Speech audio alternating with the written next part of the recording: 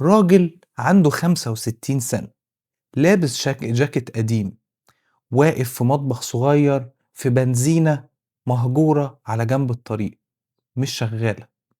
بيبص في نوتة صغيرة كاتب فيها وصفة قديمة لأكلة حد لسه قايله عليها لأ للمرة الألف. بس هو بيبص وبيبتسم وبيقول هما لسه مجربوش الطعم. عايز تعرف باقي القصة؟ كمل الحلقة دي للآخر.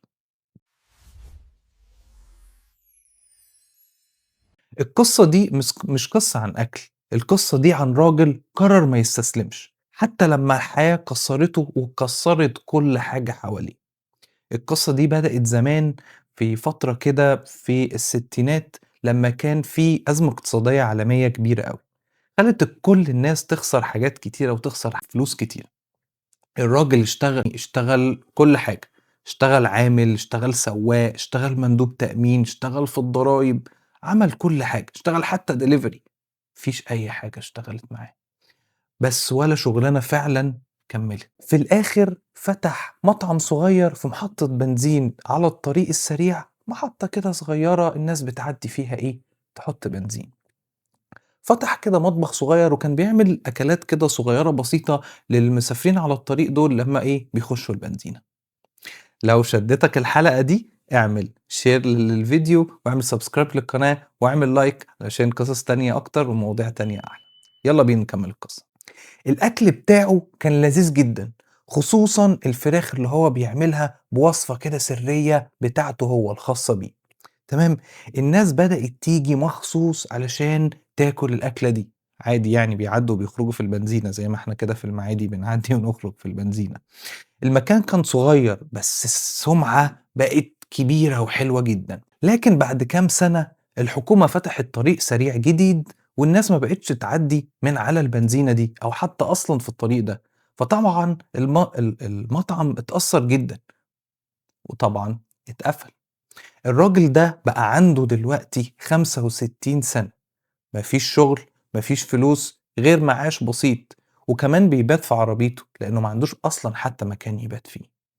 ناس كتيرة كان هتعتبر الوضع ده أو الفترة دي خلاص دي النهاية، خلاص ما فيش فلوس، ما فيش حاجة، عنده معاش، عنده 65 سنة، كان خلاص بالنسبة له دي النهاية.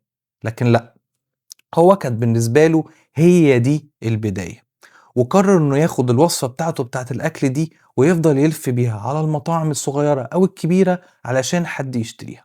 مقابل إن الناس تعمل بالوصفة دي الفراخ بتاعتها ويدّوا له نسبة على كل قطعة هتتباع. وطبعًا الدنيا مش هتعدّي كده جميلة وحلوة، طبعًا اتقفل في وشه ييجي 1000 باب واتقال له لأ يمكن 1000 مرّة، لكن هو برضه في دماغه ما كانش بيزهق، ما كانش بيتعب، كل مرّة بيقول لنفسه المرّة الجاية هي اللي هتكون هي، المرّة الجاية هي اللي هتكون المرّة اللي حد هياخد منّه الوصفة دي. تمام، وفضل بيحاول، بيحاول بيحاول، طيب لحد ما جه في يوم، طبعًا دي الحاجة المفرحة وده اللي إحنا بنتكلم عليه النهارده، وفي يوم مطعم صغير وافق إن هو ياخد منه الوصفة دي ويعملها على الفراخ بتاعته، طبعًا مقابل إنه هيدّي له فلوس أو نسبة على كل قطعة هتتباع. ومن مطعم صغير لمطعم تاني لمطعم تاني الاسم بدأ يكبر والوصفة بقت ايه جايبة مع الناس والناس حباها جدا، والفكرة بقت شبكة مطاعم كبيرة جدا على فكرة ومعروفة كمان.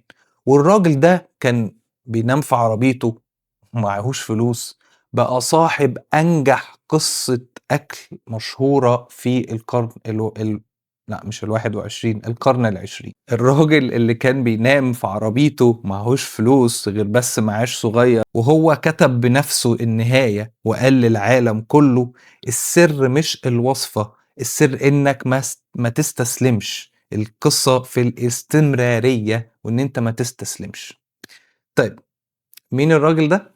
الراجل ده هو كولونيل هارولد ديفيد ساندرز، مات في 16 ديسمبر 1980 ومات عنده 90 سنة في ولاية اسمها لويسفيل كنتاكي في أمريكا. وهو صاحب وصفة KFC أو كنتاكي اللي كانت مشهورة جدا، كل الناس بتحبها وكل الناس بتاكلها لحد دلوقتي. حتى بعد موضوع المقاطعة والكلام ده لسه في حتى لحد دلوقتي في ناس لسه بتاكل من عنده.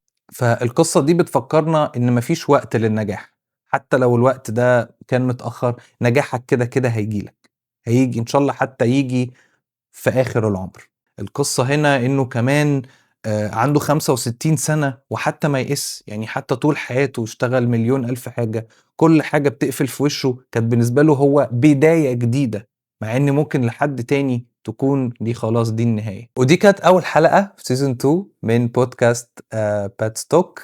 هنشوفكم في حلقات تانية جديدة وفي قصص جديدة وفي مواضيع جديدة، فما تنساش تعمل share subscribe ولايك وتفعل الجرس علشان يوصلك notification لكل حلقة هننزلها.